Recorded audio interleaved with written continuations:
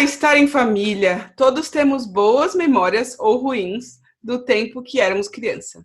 Mas com certeza não imaginamos estar em família tanto tempo assim. Com o confinamento, muitos estão 24 horas convivendo intensamente com seus familiares. E com certeza, para muitos, isso pode ser um desafio. Mas será que é possível usar esse tempo para criar boas memórias? Eu sou a Babi e eu sempre adorei ser filha única. Eu sou a Carol e nessa quarentena eu ainda não briguei com meu irmão. Hoje estamos com um episódio especial. Essa é a primeira roda de conversa em família. Estamos aqui hoje com a Débora e o Rony Fagundes, que são os pais da Ana Lia, de 7 anos, da Abigail, de 4 anos, e da Lídia, de 1 ano. Os dois têm projetos bem interessantes que têm promovido o relacionamento entre pessoas. E agora, em quarentena, a interação é entre a família. Vamos conversar um pouquinho com eles sobre isso. Bem-vindos, Débora e Rony, tudo bem? Ei, Carol. Valeu, Oi, Carol. Babi. Oi, Babi, tudo bem? Bem-vindos, pessoal. Muito obrigada de toparem estar aqui com a gente nessa roda de conversa em família. Já colocaram as crianças para dormir, para a gente poder conversar e vamos lá. Tem uma aqui acordada com a gente aqui, mas ela vai ajudar aqui. Qualquer coisa ela fala a opinião dela também. É a mais novinha, de 1 ano. Boa. A gente queria começar assim, conta pra gente quem que vocês são e como que está sendo essa quarentena em família. Bom, meninas, obrigada pela oportunidade. Um super privilégio estar aqui com vocês, compartilhando um pouco daquilo que a gente tem vivido, né? Então, eu sou a Débora, sou mãe dessas meninas lindas aí que vocês citaram. E tem sido nosso tempo tem sido muito legal aqui em família, né? Apesar de um pouco tenso às vezes, a gente tenta levar as coisas com bastante leveza, né? Então isso tem feito os dias ficarem mais tranquilos e alegres. Fala, galera, eu sou o Rony, eu trabalho, né, com essa questão de jogos de tabuleiro, que é um negócio diferente, né? E para a gente estar em casa aqui nessa quarentena, na verdade foi um desafio novo por conta da intensidade, né? Mas em termos de estar em casa com a família e tal, muito do nosso trabalho a gente fazia daqui também. Então foi mais uma questão da gente realinhar para esse momento, tentar entender um pouquinho aí como que ia funcionar essa questão da educação com a Lia em casa, porque não está indo para a escola, né? Só para vocês entenderem, assim, só a nossa filha mais velha que vai para a escola. As outras duas já ficavam em casa conosco. Então a gente só teve que reajustar isso daí. Então, assim, tá sendo um momento interessante, mas a gente achou formas, na verdade, logo no começo da pandemia aí, a gente resolveu dar uma investida no ambiente da casa, então a gente arrumou um escritório para mim no quarto, onde era um ambiente que antes estava o berço da neném, a gente passou o berço da neném para o quarto das meninas, aí deu uma reformulada na cozinha, a gente deu uma ajeitada na casa para que cada um tivesse o seu espaço para trabalhar de uma maneira mais assim individualizada, né? E foi legal porque trouxe um ambiente novo para casa, né? Pareceu que a gente mudou para uma casa nova e maior. Embora era a mesma casa, a gente só deu algumas ajustadas. Então acho que isso já trouxe uma leveza para a gente nesses primeiros momentos aí do isolamento em casa.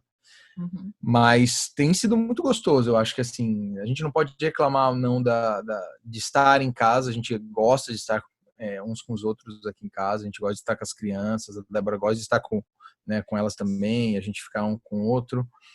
Eu acho que, não, como eu falei, não dá para reclamar dessa parte. O que a gente reclama mesmo é de ter que sair de máscara, tem que usar álcool gel todo momento, tem que ficar tomando todas as precauções. Você vai num lugar, você nunca sabe se você vai voltar com alguma coisa. Então, assim, isso traz um certo estresse, né? Mas eu acho que a nossa casa tem que ser um ambiente onde a gente sai desse estresse e volta a se sentir, né, seguro. Então, investir na casa vale a pena. Legal, então já fica a primeira dica aí para vocês que estão ouvindo a gente. Talvez só mudar o móvel de lugar já traga um pouco mais de leveza para o seu dia a dia. E eu queria começar, então, perguntando para a Débora. Para quem não sabe, A Debs tem uma conta no Instagram chamada Tudo Pode de Vez em Quando, e lá ela posta várias receitas, vários pratos que ela come em casa, e ela também dá aula de culinária, individuais e em grupo, para trazer as pessoas a ficarem mais tempo nesse ritual tão gostoso que é estar à mesa e comer junto, né? Então, Débora, conta pra gente como que tem sido manter uma alimentação saudável agora que está todo mundo em casa. Eu tenho visto a galera falar que as crianças estão com uma fome de leão. Então, nossa, demais. Toda hora alguém vai lá saltar a geladeira. Então, assim, dá pra gente ainda fazer do momento de comer junto algo legal? Como fazer isso gastando pouco dinheiro e pouco tempo, porque a louça se multiplica. Então, conta pra gente como tem sido isso para você. É muito engraçado você falar dessa fome de leão, porque a minha filha do meio, ela vem assim e fala assim, mãe, eu posso comer 2 maçãs? Tipo, de cara ela já pede 2, ela não quer uma, sabe?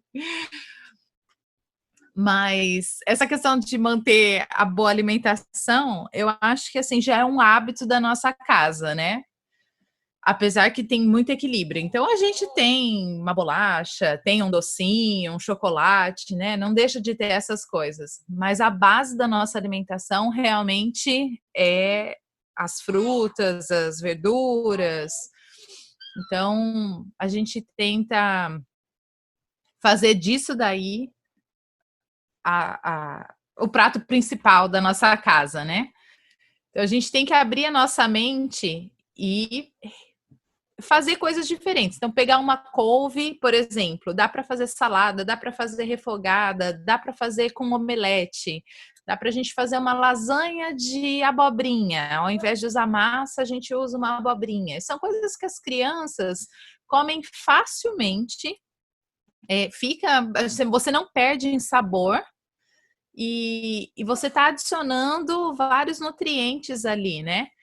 E essa questão de apresentar as frutas para as crianças no meio da tarde, ao invés de um bolinho pronto, assim, também é uma questão de hábito, né? Ou você mesmo ir lá e preparar alguma coisa com as crianças. Isso é algo que a gente faz bastante aqui em casa, de preparar um bolo. Eu tive a oportunidade de ensinar a Ana Lia a fazer arroz durante esse tempo. Ela está com 7 anos.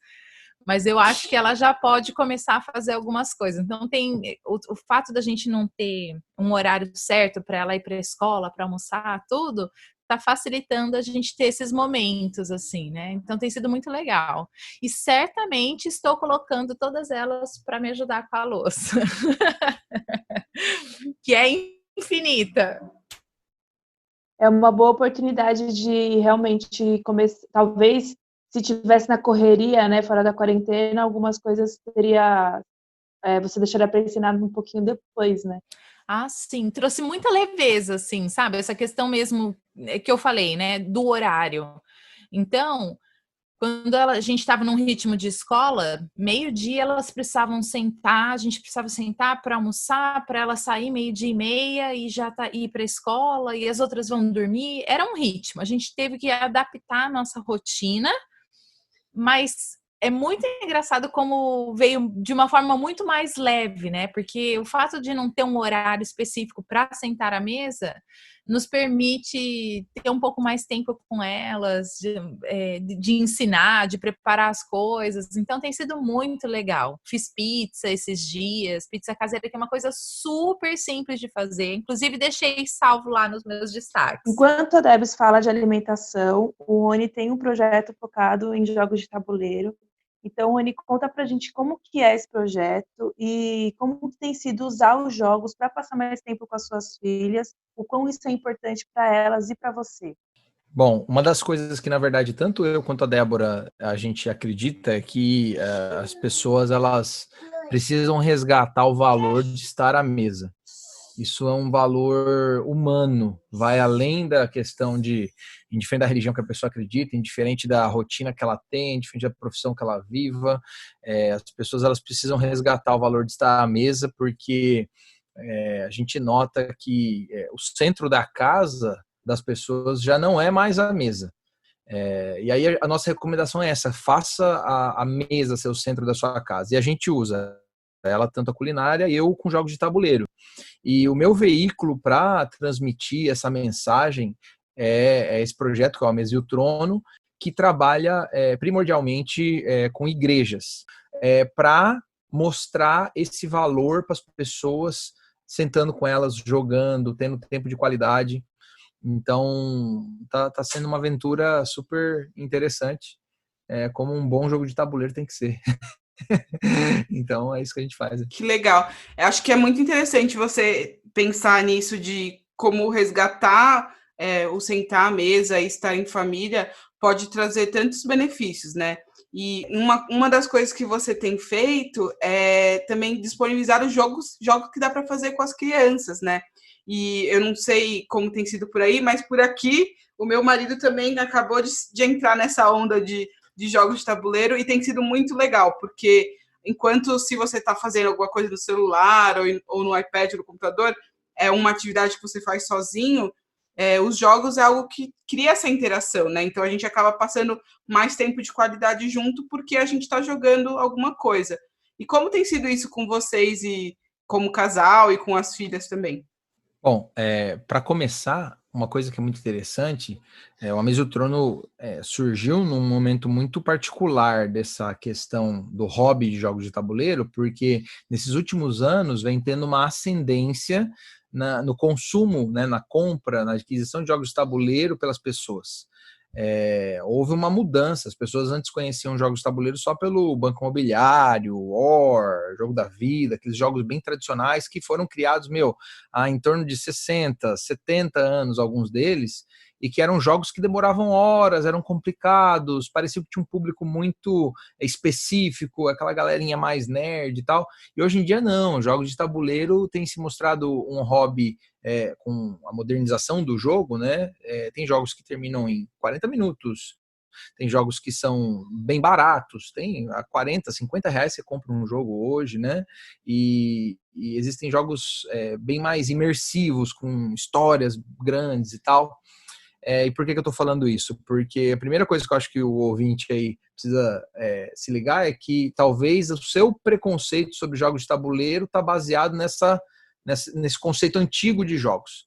E isso muitas vezes limita as pessoas. Só que aí o que acontece? Como veio essa questão da quarentena, a galera foi para os armários, para né, olhar dentro das gavetas e ver se achava alguma coisa para fazer com a família, e encontrou lá aquele Banco Imobiliário antigo, aquele jogo que eles não jogavam mais. E até se a gente entra, por exemplo, no Google Trends, que é a ferramenta do Google para ver as pesquisas mais feitas na ferramenta do Google, do dia 28 para cá, houve um pico na busca por jogos de tabuleiro. Então, muitas famílias estão buscando alternativas ao digital, alternativas àquela coisa mais individualizada para fazer coisas juntos na mesa. Então, a minha primeira impressão é que jogos de tabuleiro se tornaram algo em evidência nesse momento por serem saudáveis, por estarem à mesa, por ser uma interação social real, não mediada por uma mídia digital, né? E é algo que a gente faz ativo também, né? Não é só passivo de estar olhando para uma tela e absorvendo as coisas. Você tem interação com a sua família. Você olha nos olhos dos seus filhos, do seu marido, você consegue conversar, vocês conseguem dar risada, se divertir. Não, eu tenho vários amigos que estão agora também na onda do quebra-cabeça, né? A galera voltou a montar quebra-cabeça. Sim. Que está no mesmo espectro, né, dessas atividades lúdicas, vamos dizer, né? Então, é muito legal a gente poder ter acesso a isso, e é uma ótima hora para as pessoas retomarem esse hobby como um hobby da família, como um hobby para trazer amigos para dentro de casa, né, logo mais quando essa quarentena acabar. Agora, o que a gente tem feito lá também no nosso Instagram? Eu tenho disponibilizado alguns jogos que a pessoa possa fazer em casa porque a gente viu essa necessidade, as lojas de jogos fechadas, ou de difícil acesso, a pessoa não conhece muitos jogos, o que ela vai fazer? Ela vai gastar R$100 num jogo que ela não conhece e tal, então às vezes as pessoas ficam inseguras. Então, para abrir um pouco e mostrar que o jogo é acessível, inclusive do ponto de vista financeiro, a gente falou, vamos ajudar elas a fazerem jogos que elas possam fazer em casa. Então, eu propus um jogo lá que você faz com caixinha de palito de fósforo, propus um outro jogo que você faz com cartas de baralho mesmo, você separa algumas e joga com elas, cada uma tendo uma certa importância no jogo.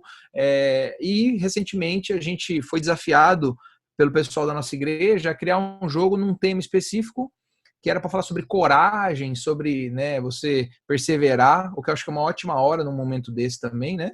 Um assunto muito bom. E aí a gente criou um jogo chamado Muralhas de Jericó, que a única coisa que você precisa é de um baralho e um pedacinho de papel vermelho, ou você pintar o papel de vermelho com uma canetinha, alguma coisa assim. Só isso. Você monta o jogo em casa, é um jogo super divertido.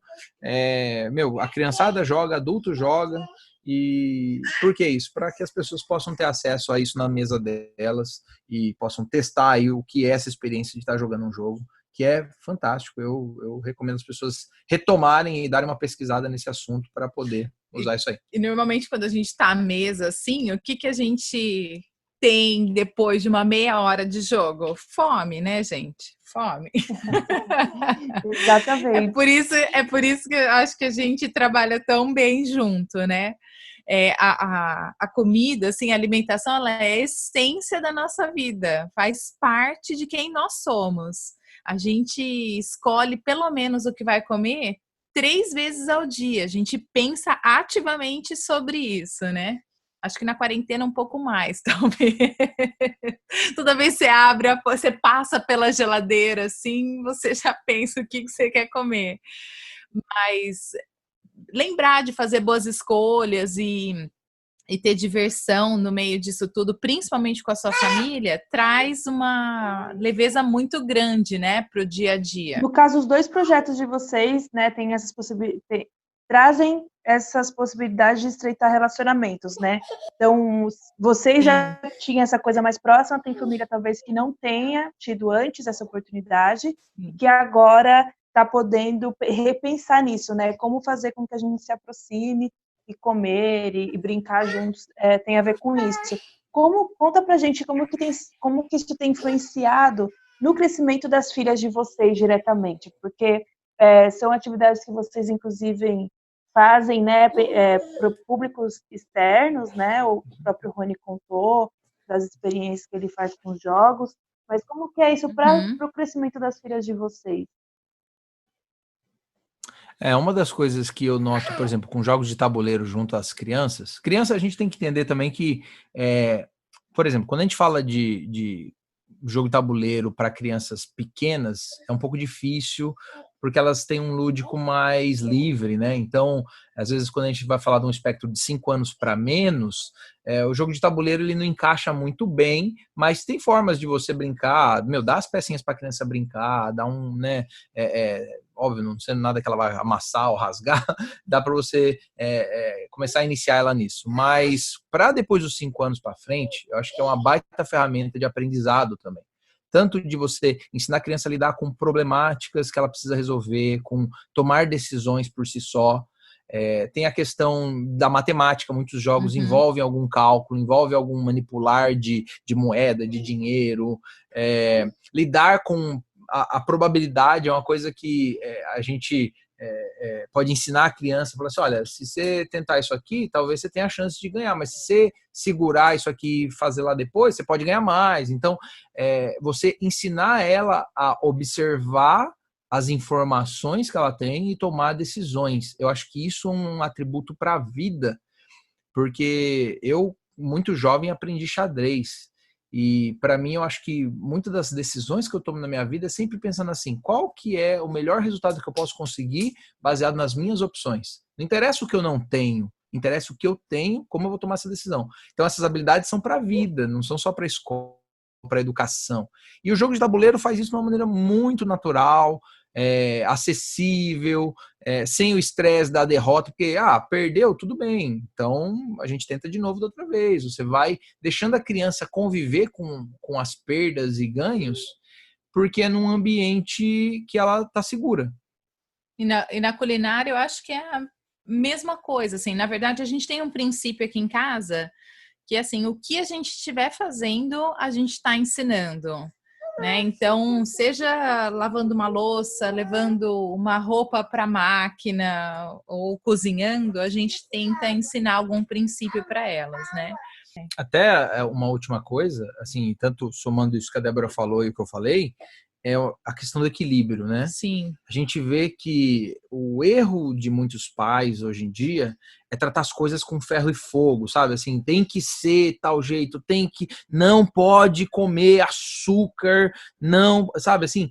E acaba sendo um estresse, tanto para eles, quanto para as crianças, tanto para as pessoas que estão ao redor. E a gente vê que elas perderam o princípio de você se comedir nas coisas no seu dia a dia, para que você possa ter momentos onde você tenha liberdade, exatamente. Então, por exemplo, com o jogo a gente fala de escolhas e a gente tem que ensinar as crianças a tomarem essas escolhas. Por que não pode comer chocolate ou açúcar? A gente tem que ensinar a criança a escolha para que ela não se deixe levar só pelo instinto dela de querer aquilo que é gostoso, né? E da mesma forma, nós, pais, precisamos aprender a deixar, às vezes, a escolha na mão delas de uma maneira leve, equilibrada.